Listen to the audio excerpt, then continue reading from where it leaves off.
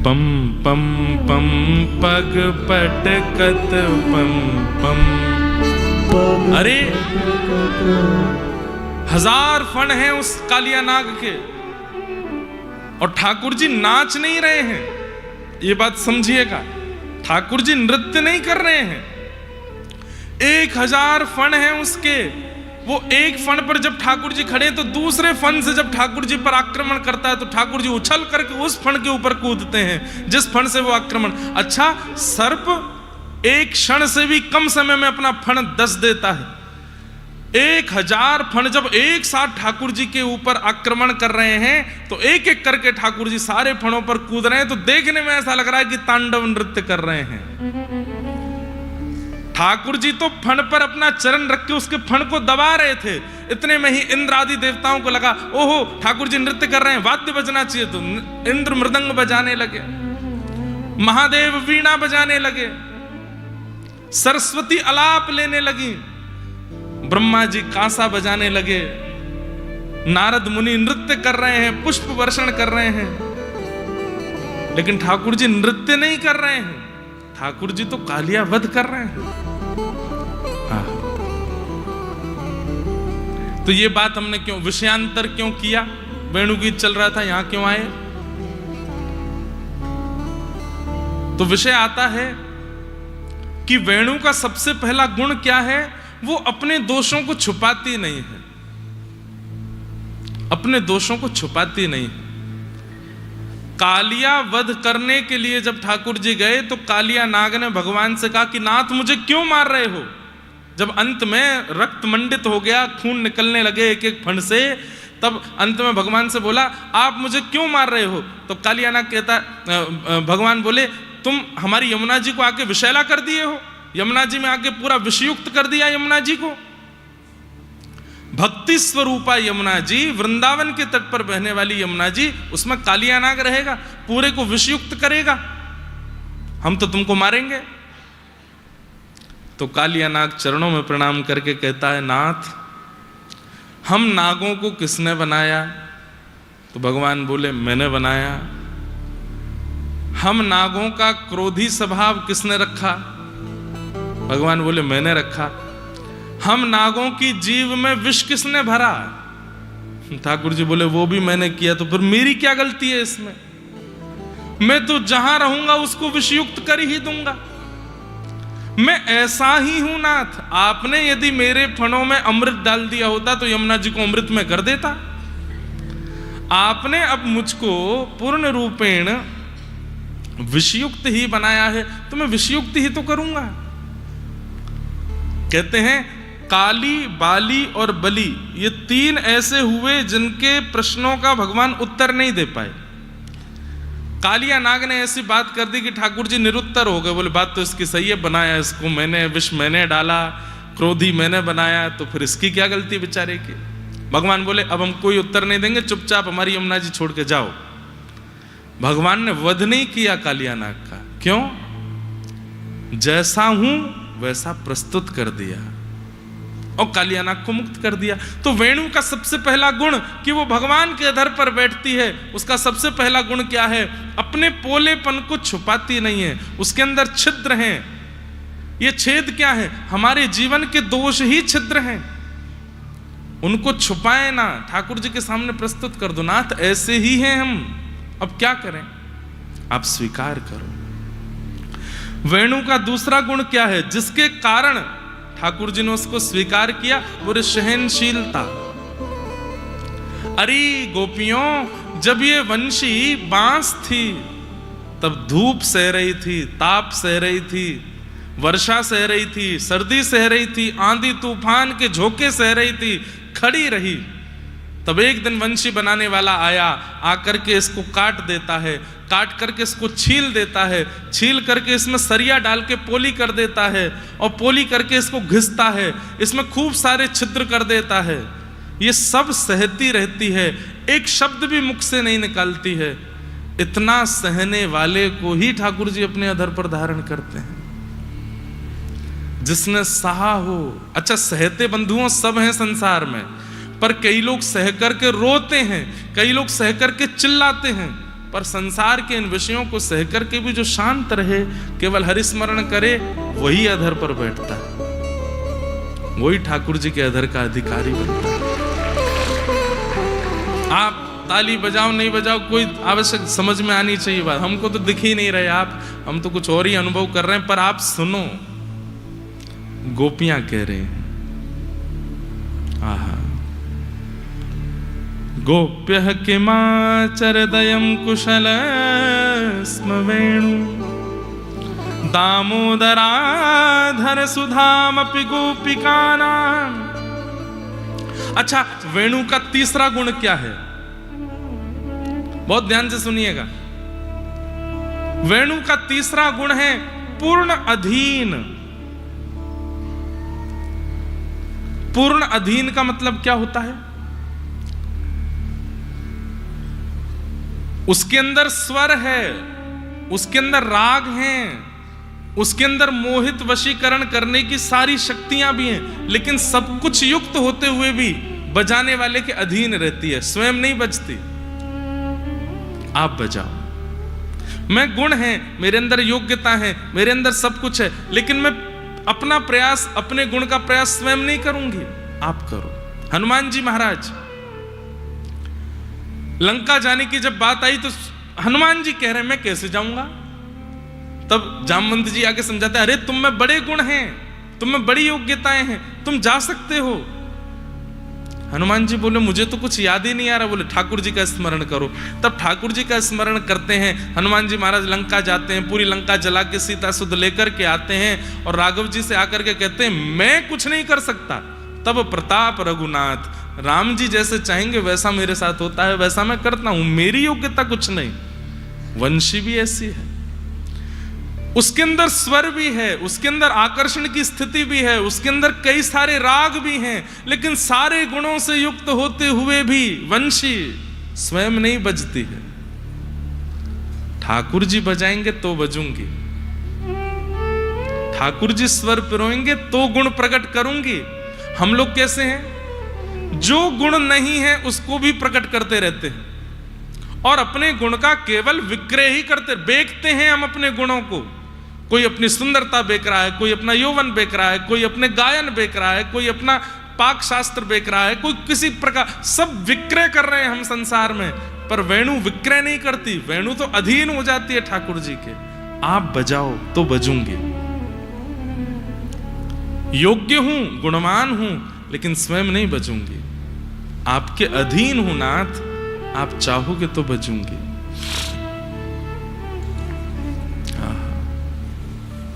पूर्ण अधीन।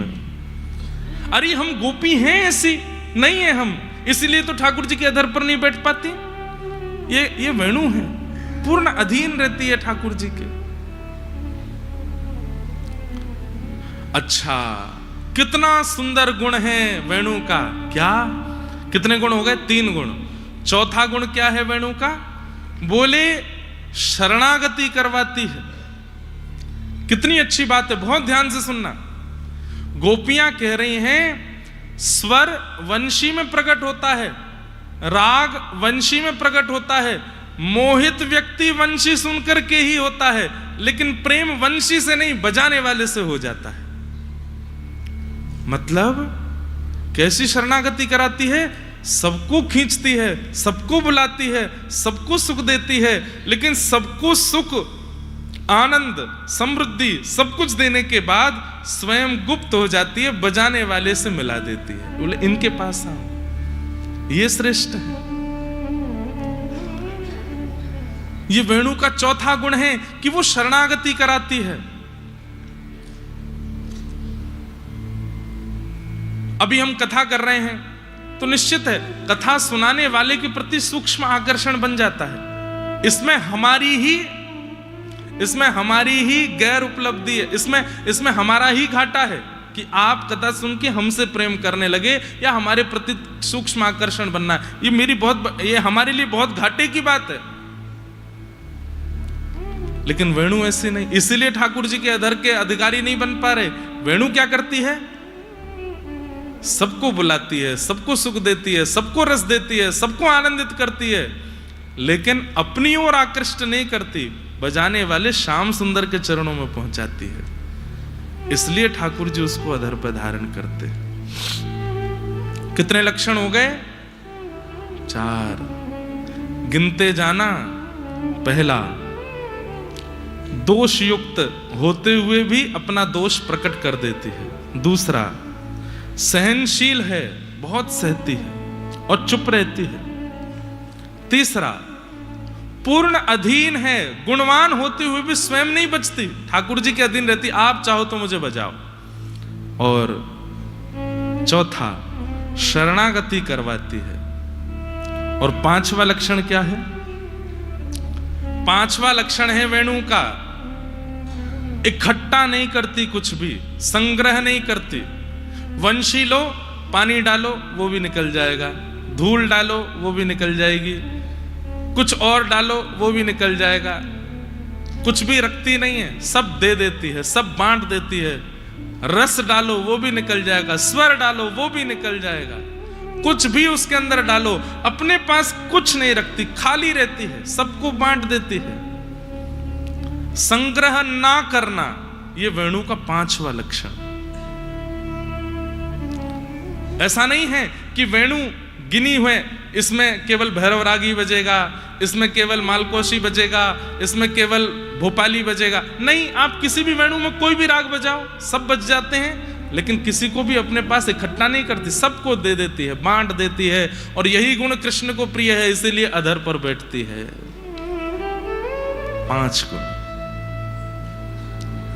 इस वेणु का अगला गुण क्या है? अंतिम गुण और सबसे सुंदर गुण वेणु का क्या है? इससे किसी को डर नहीं लगता,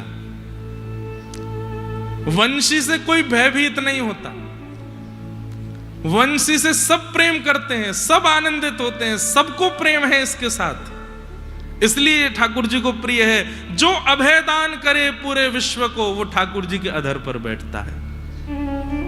वंशी से कोई नहीं डरता।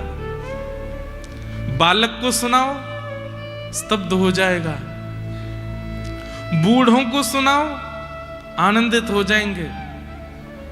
अरे कामी, क्रोधी, लोभी, मोही कैसे भी अवगुण युक्त क्यों ना हो, संसार के विषादों में पड़ा भी क्यों ना हो, वेणु की ध्वनि यदि सुन ले तो एक बार को नेत्र बंद हो जाएंगे, कान खुल जाएंगे।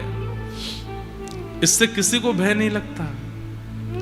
बल्कि वंशी का निर्माण तो अभय प्रदान करने के लिए स्वयं कृष्ण ने किया।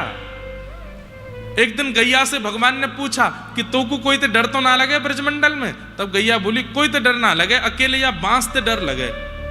जो भी या बांस को अपने हाथ में ले ले तो गैया के ना हम चारों चर पामे, ना हम घास खा पामे, ना हम वन में विचरण कर पामे, ना हम दूध पिवा पामे, हमें या बांस ते डर लगे। ठाकुर जी बोले, अच्छा, जा बांस ते तो को डर लगा, वही बांस ते तो को प्रेम कराऊंगा।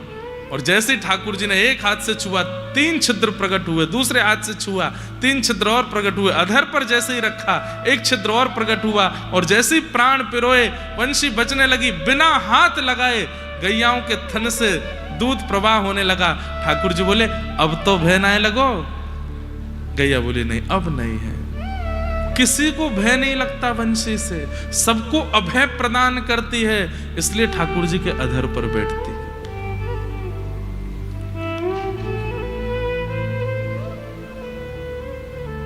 ठाकुर जी के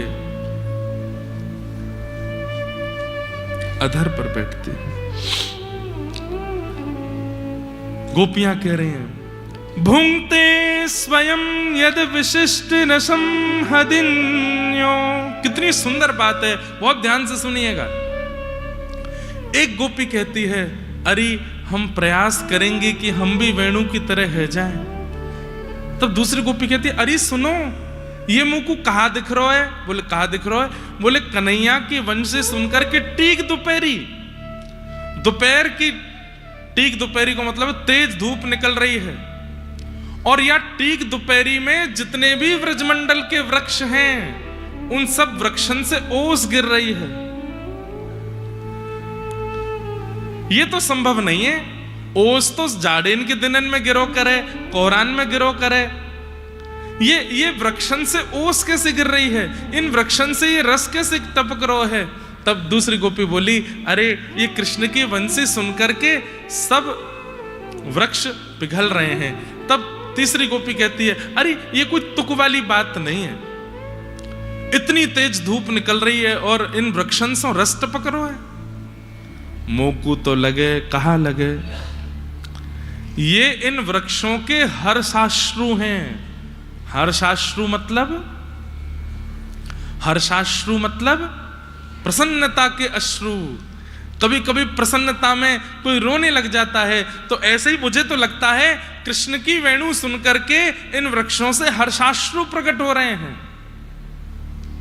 तब दूसरी गोपी बोली, हर्षाश्रु क्यों प्रकट हो रहे हैं, इन वृक्षों को हर्ष क्यों हो रहा है। तब वो गोपी कहती है, क्योंकि इन्हीं के वंश की तो है बंसी, ये वृक्षों की प्रजाति की तो है वंशी।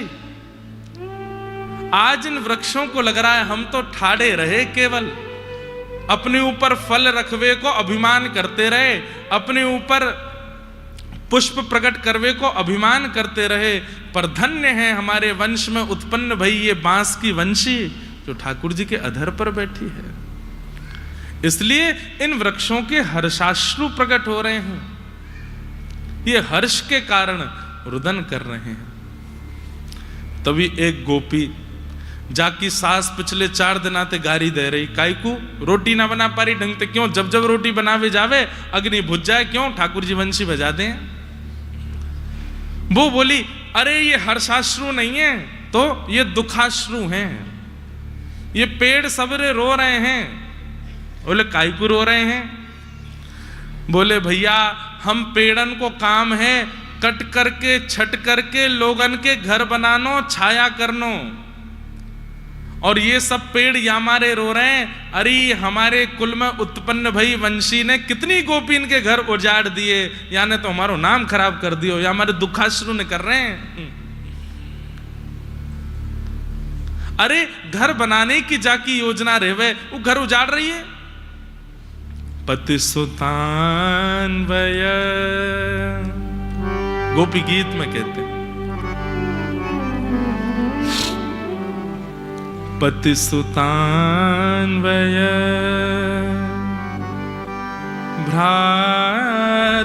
भ्रातृबांधवा अति विलंघ्यते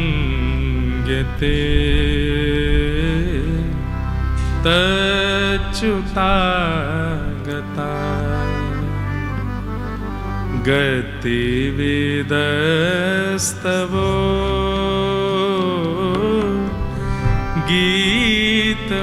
गीतमोहिता। गोपियां कह रही हैं, हम सब छोड़ करके आपकी शरण में आ गई हैं नाथ। पति क्या, भाई क्या, बंधु क्या, परिवार क्या।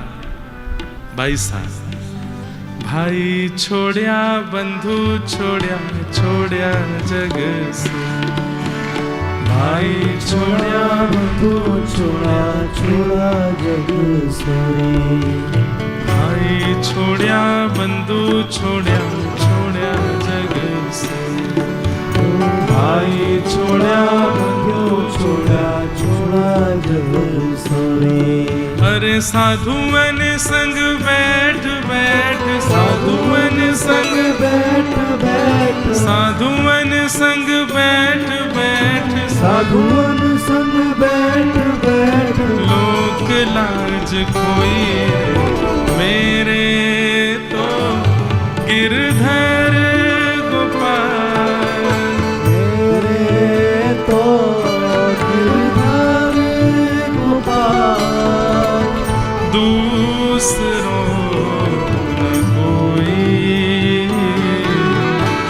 दूसरों न कोई,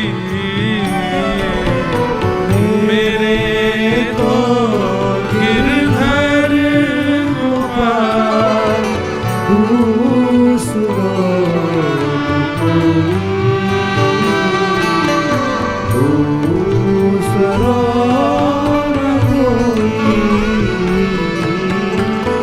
आंसुअन जल सींच सींच प्रेम बेल होए, आंसुअन जल सींच सींच प्रेम बेल होए, आंसुअन जल सींच सींच प्रेम बेल होए, आंसुअन जल सींच सींच प्रेम बेल होए। अरे अब तो बेल फैल गई, अब तो बेल फैल गई, अब तो बेल फैल गई, अब तो बेल फैल गई। अरे आनंद फल होई रे मेरे तो गिरधर गोपाल, मेरे तो गिरधर गोपाल। दूसरों कोई, दूसरों न कोई, मेरे तो गिरधर गोपाल। दूसरों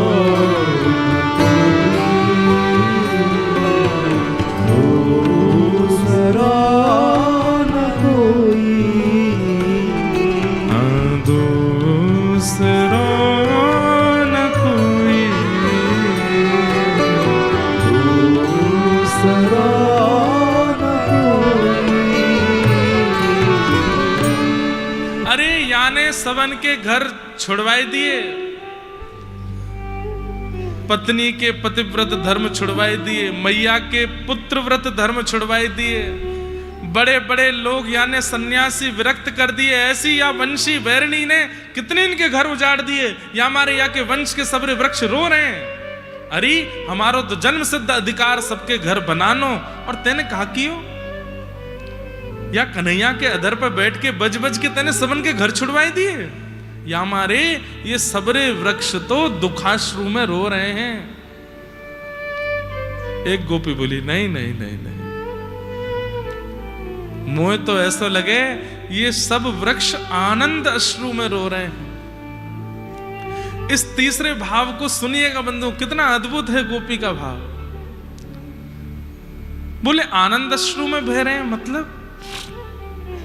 बोले भैया आज इन वृक्षन को एक नई बात पता चली। बोले कहा, बोले भैया कोई अगर डूब रहे हो, गहरी नदी गहरे सरोवर में डूब रहे हो, वाकु यदि हमारो एक अंग भी मिल जाए, वृक्ष की कोई डाल मिल जाए, वृक्ष को कोई तंतु मिल जाए, वृक्ष को कोई भी छोड़ मिल जाए, तो डूबते भय को बचानो ये हमारो स्वरूप है। आज तक हमको ऐसा ही पता ही कि डूबते भय को बचानो ये हमारो अधिकार है, ये हमारो कर्म है।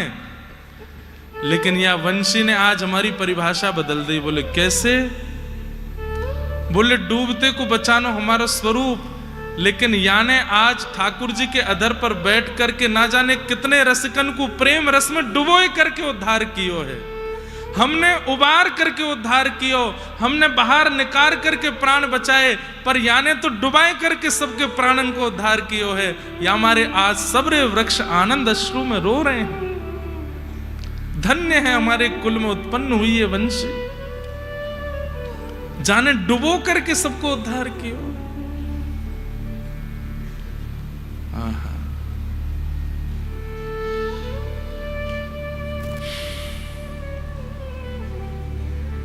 मुरली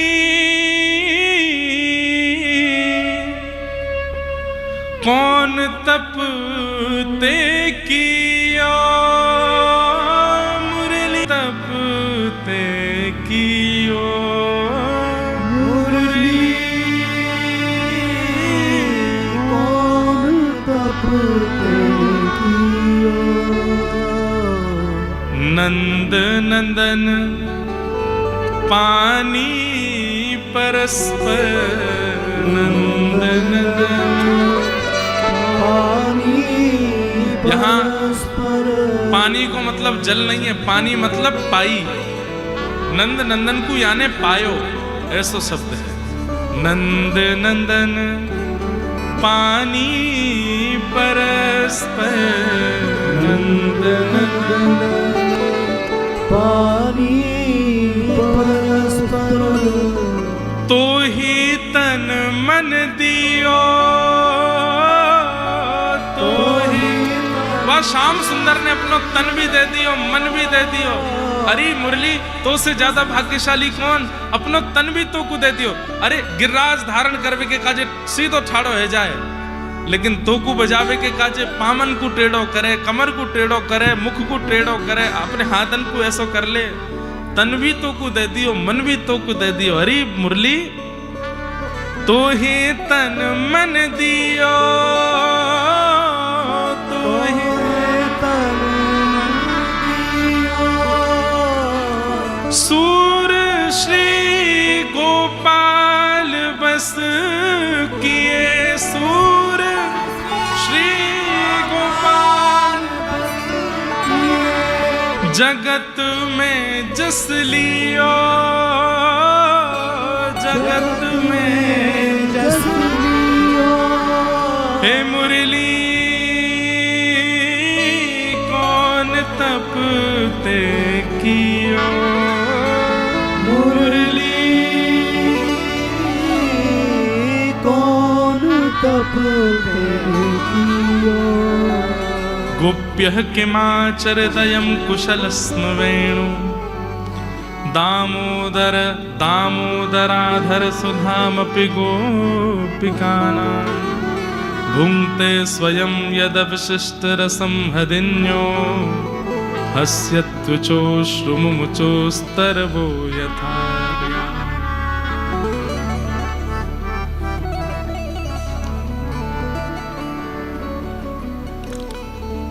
ऐसी मुरली।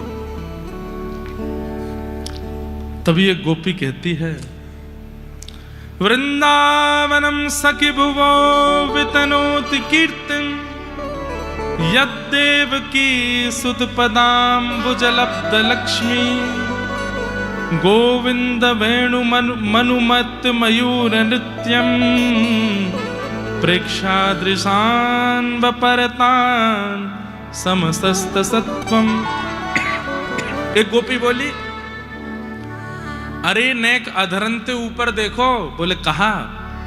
मोर पंच, ये मोर पंख सदा इनके मुख पे ही रहे, सदा इनके शीश पे ही रहे। अरे हमते ज्यादा सौभाग्यशाली तो ये मोर पंख हैं।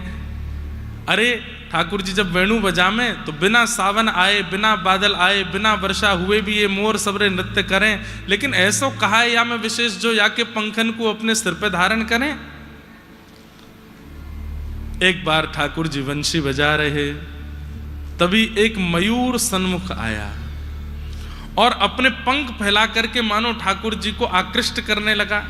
ठाकुर जी उमड़ घुमड़ के वंशी बजाने लगे। हर बार तो ऐसा हुए कि ठाकुर जी वंशी बजामे और मोर नृत्य करे, लेकिन आज वो मोर मुंह फेर के चलन लगो। ठाकुर जी बोले, अरे मैं हमेशा वंशी बजाऊं, तू मेरे सामने नृत्य करे, आज तो को वंशी आनंदित नहीं कर रही जो तू उल्टो जा रहा है। तो ठाकुर जी के मन में आई कि शायद ऐसे कैसे हो सके कि मेरी वंशी बजे और मोर नृत्य नहीं करे। तो ठाकुर जी भी पीछे पीछे चलन लगे, वंशी बजाने लगे। ठाकुर जी ने खूब उमड़ घुमड़ के वंशी बजाई पर मोर ने नृत्य नहीं कियो। तभी एक सरोवर आया और वह सरोवर के पास जाके मोर ने पुनः अपने पंख फैलाए और वहां जाके नृत्य करना प्रारंभ कियो। ठाकुर जी बोले, अरे इतनी देर से तेरे पीछे चल रहा हूं, तेने नृत्य नहीं कियो और यह सरोवर पे आए गए ऐसा कहा जो तू नृत्य करने लगो। तो मोर अपने नेत्र घुमाने लगा और नेत्र और मुख घुमा करके मानो ठाकुर जी को इशारा कर रहा है। तभी ठाकुर जी ने देखी तो कहा, देखो एक सरोवर पर एक नवीन गोपी और जल भर रही है, लेकिन वहां को मुख नहीं दिख रहा है। ठाकुर जी बोले, अच्छा यासु मिलवावे लायो है? बोले हम्बे। ठाकुर जी ने खूब उमड़ घुमड़ के वंशी बजाई, लेकिन आज मानो जैसे या वेणु के सबरे रस खत्म है गए। ना मोर नाच रहा है, ना वो गोपी पलट के देख रही है। नहीं तो ठाकुर जी वेणु बजामे और कोई गोपी ना देखे, ऐसा है ना सके। अनेक प्रयास करने पर भी जब नहीं देखी, तब ठाकुर जी ने समनस राग बजाया, अपना अंतिम ब्रह्मास्त्र जो वंशी से ठाकुर जी छोड़ते हैं। जब वो भी बजा दिया तब भी उस गोपी ने नहीं देखा। ठाकुर जी बोले ऐसी कौन सी आई है ब्रज में जो मेरी वंशी के अनेक नाद पर भी मुंह को नहीं देख रही है। तब ठाकुर जी खूब समनस राग बजा बजा करके आकृष्ट कर रहे हैं, लेकिन नहीं जब आकृष्ट भई तब वो गोपी मटका भर के अपने सिर पर धरे और जैसे ही ठाकुर जी की ओर देखा, जब देखी वृषभानुजा हिये बिच उठी हूक। अरे किशोरी जी, वंशी रह गई हाथ में फिर न लागी फूंक। ऐसे करते रह गए, बजे ही नहीं रही। मोर के कहा भयो पतो ना, खूब प्राण पिरो रहा हूं, खूब हवा डाल रहा हूं, बजे ही नहीं रही है। तब किशोरी जी आती, ज्यादा इतराए मत करो, तुम्हारी वंशी पे सबरे मोहितों में वृक्ष आच्छादित है जाएं, गोपी सबरी बावड़ी है जाएं और सब ऐसे है जाएं, ज्यादा इतराए मत करो। एक बात याद रखियो, बोले कहा ये वंशी भी मेरी अनन्य भक्त है, मैं चाहूंगी तो ही बजेगी, नहीं तो नहीं बजेगी। ये मेरी अनन्य भक्त है, ये तो मेरी इच्छा होवे तो ही बजे, नहीं तो नहीं बजे। अरे वृषभानु के लली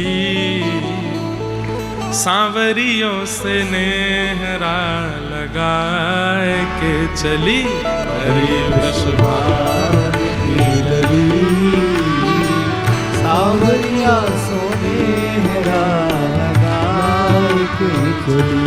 अरे वृषभानु की लली सांवरियों से नेहरा लगाए के चली। अरे वृषभानु की लली सांवरियों सो नेहरा लगाए के चली। अरे वृषभानु की लली सांवरियों से नेहरा लगाए के चली। अरे वृषभानु की लली सांवरिया सो नेहरा लगाए के चली। अइयो ने अहीर के तू हमरी गली। अइयो रे अहीर के तू हमरी गली। किशोरी जी जाते जाते ठाकुर जी से कह के जा रही हैं, अइयो रे अहीर के तू हमरी गली। अइयो रे अहीर के तू हमरी गली। अरे चंदन छिड़कूं लाला तेरी पगड़ी। चंदन छिड़कूं लाला तेरी पगड़ी। अरे हाँ चंदन छिड़कूं लाला तेरी पगड़ी।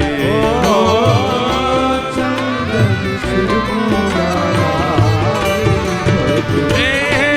वृषभानु की लली सांवरियों से नेहरा लगाए के चली। वृषभानु की लली सांवरिया सो नेहरा लगाए के चली। वृषभानु की लली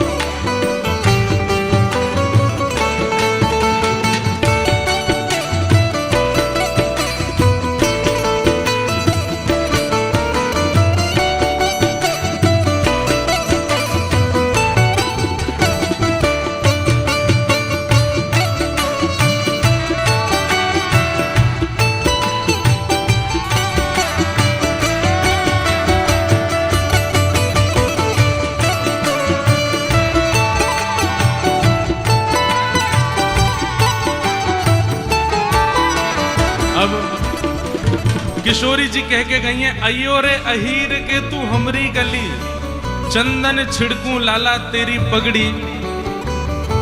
अब ठाकुर जी क्या कह रहे हैं? मुख भयो पान, नैनो नैनो कजरा मुख भरो पान, नैनो नैनो कजरा मुख भयो अरे पान। नेक्सी सी इतनी बड़ी बड़ी बात कर रही हो हैं? अयो रे अहीर के तू हमरी गली, चंदन छिड़कूं नैनो नैनो कजरा मुख भरो पान, नैनो नैनो कजरा मुख भयो पान। हरी बारिश उमरिया राधे बड़ो ही गुमान, हो बारिश उमरिया,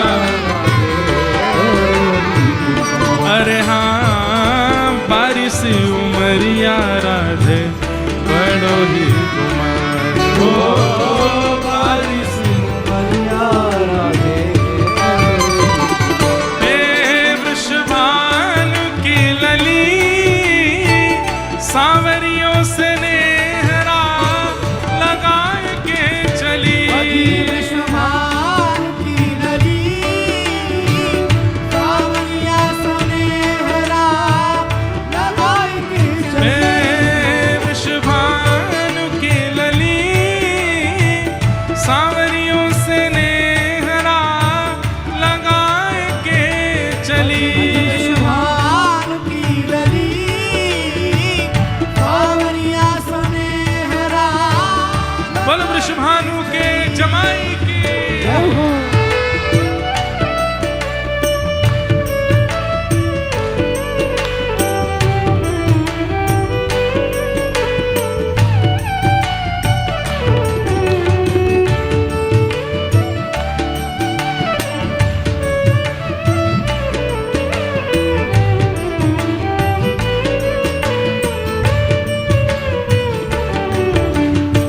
बोलो बरसाने वारी की।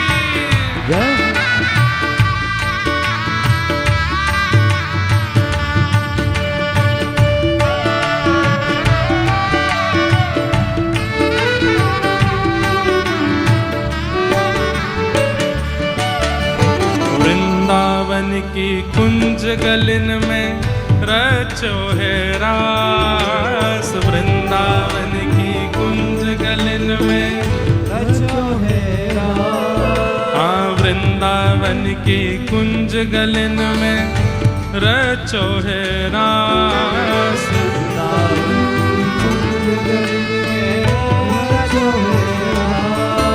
ओ याही गुण गावे स्वामी कानर दास, हो याही गुण गावे,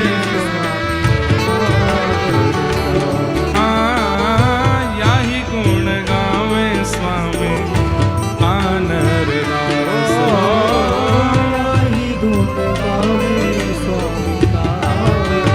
हे वृषभानु की लली, सांवरियों से नेहरा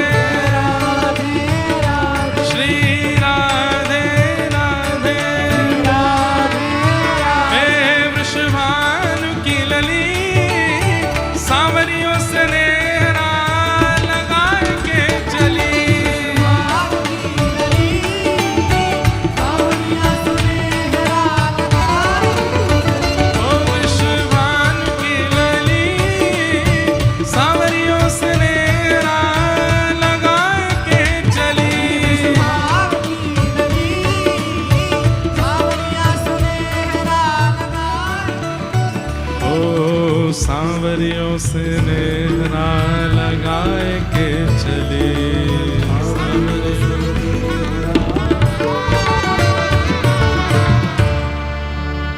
बोलो वृषभानु दुलारी की जय।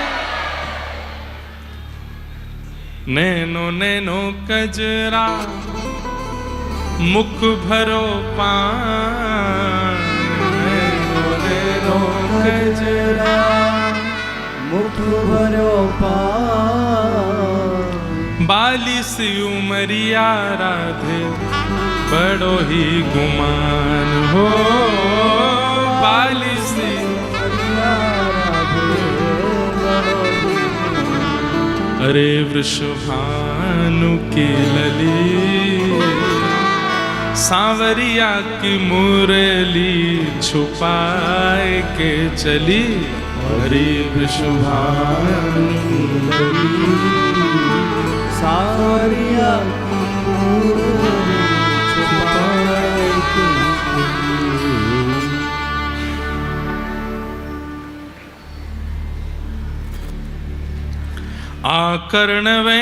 आकर्णवेणुरणितं सह कृष्ण सारा, पूजां दधुर्विरचितां प्रणयावलोकै। कृष्णं निरीक्ष्य विनीतोत्सवरूपशीलं, श्रुत्वा च तत्कर्णतवेणुविचित्रगीतम्। अब ठाकुर जी की वंशी की सबरे रस को तो किशोरी जी ले गई अपने संग। वेणुगीत के कितने श्लोक हमने सुने? 3 श्लोक सुने। और कुल कितने हैं? 1 2 3 4 5 6 7 8 9 10 11 12 13 श्लोक हैं। अभी 2 ही 3 ही सुन लो। आगे कभी कहीं ऐसा भाव माहौल बनेगा तो फिर और आगे सुनाएंगे। बहुत सुंदर है वेणु गीत। लोग गोपी गीत खूब सुनते हैं, भ्रमर गीत भी सुनते हैं, पर वेणु गीत कहीं ना कहीं छूट जाता है। और ये वेणु गीत ही है जो गोपी गीत की भूमिका बनाएगा। अगर वेणु गीत में प्रवेश नहीं हुआ तो गोपी गीत की भूमिका नहीं बन पाएगी। ये प्रारंभिक स्थिति है गोपियों की। सबसे पहला भगवत आकर्षण जो गोपियों में आया वो यहीं से आया। प्रत्येक स्थिति का अनुभव गोपियां कर रही हैं, उसको हम लोग बारंबार प्रणाम करते हैं। मुझे बहुत प्रिय है, व्रज लीलाओं में सबसे प्रिय है वेणु गीत।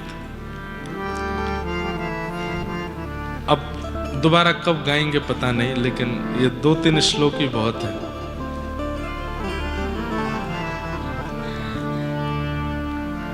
कल हम लोग श्रवण कर रहे थे कि भगवान सब ब्रजवासियों को लेकर के गोवर्धन गए और श्री गिरिराज जी पर जाकर के ठाकुर जी ने सब ब्रजवासियों से आराधन कराया और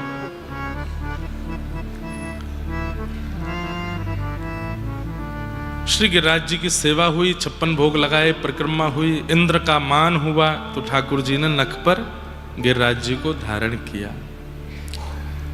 7 दिन 7 रात्रि तक ठाकुर जी नख पर गिरिराज जी को धारण करके ठाड़े रहे।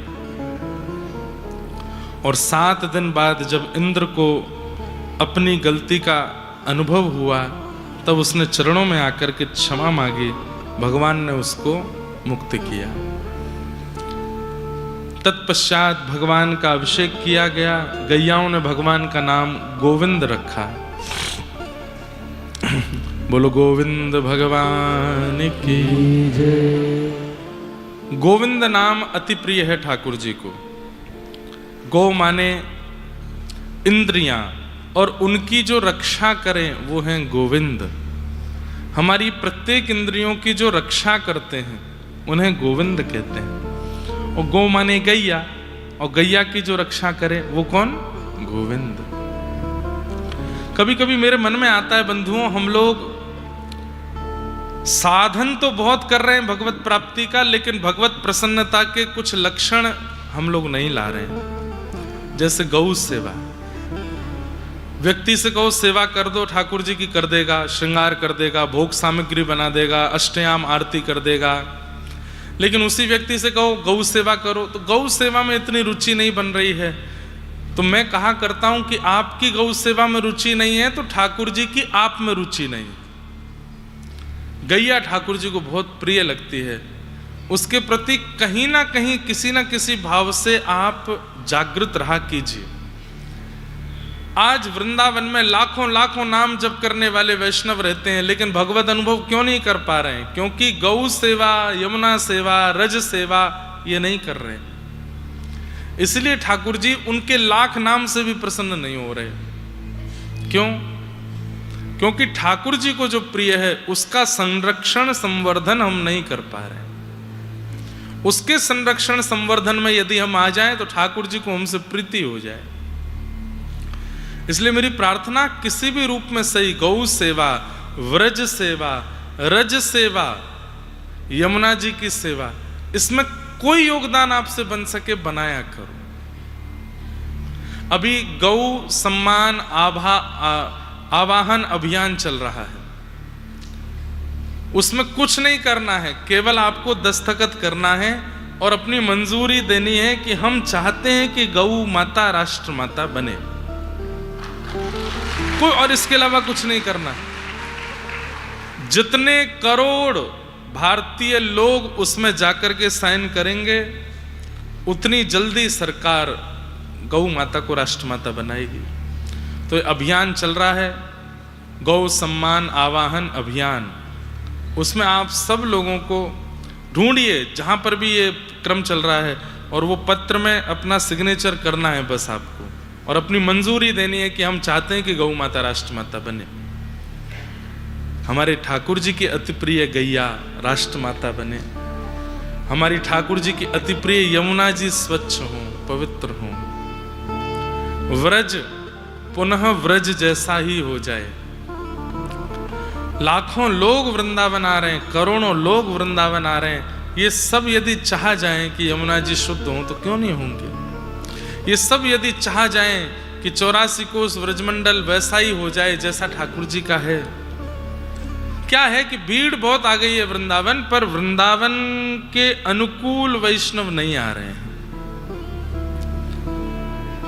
उनकी अनुकूल, वृंदावन के अनुकूल बनने का प्रयास करो। ठाकुर जी का नाम गोविंद रखा गया। तत्पश्चात एकादशी व्रत का नियम क्रम बताया गया। कल एकादशी थी, इस अधिक मास की अंतिम एकादशी, और कल बढ़िया रथ यात्रा लाल जी की हमने की थी। कई जगह नौका विहार कल हुए, आज लाल जी का नौका विहार होगा। आगे रास पंचाध्याय का प्रसंग प्रारंभ होता है। भगवान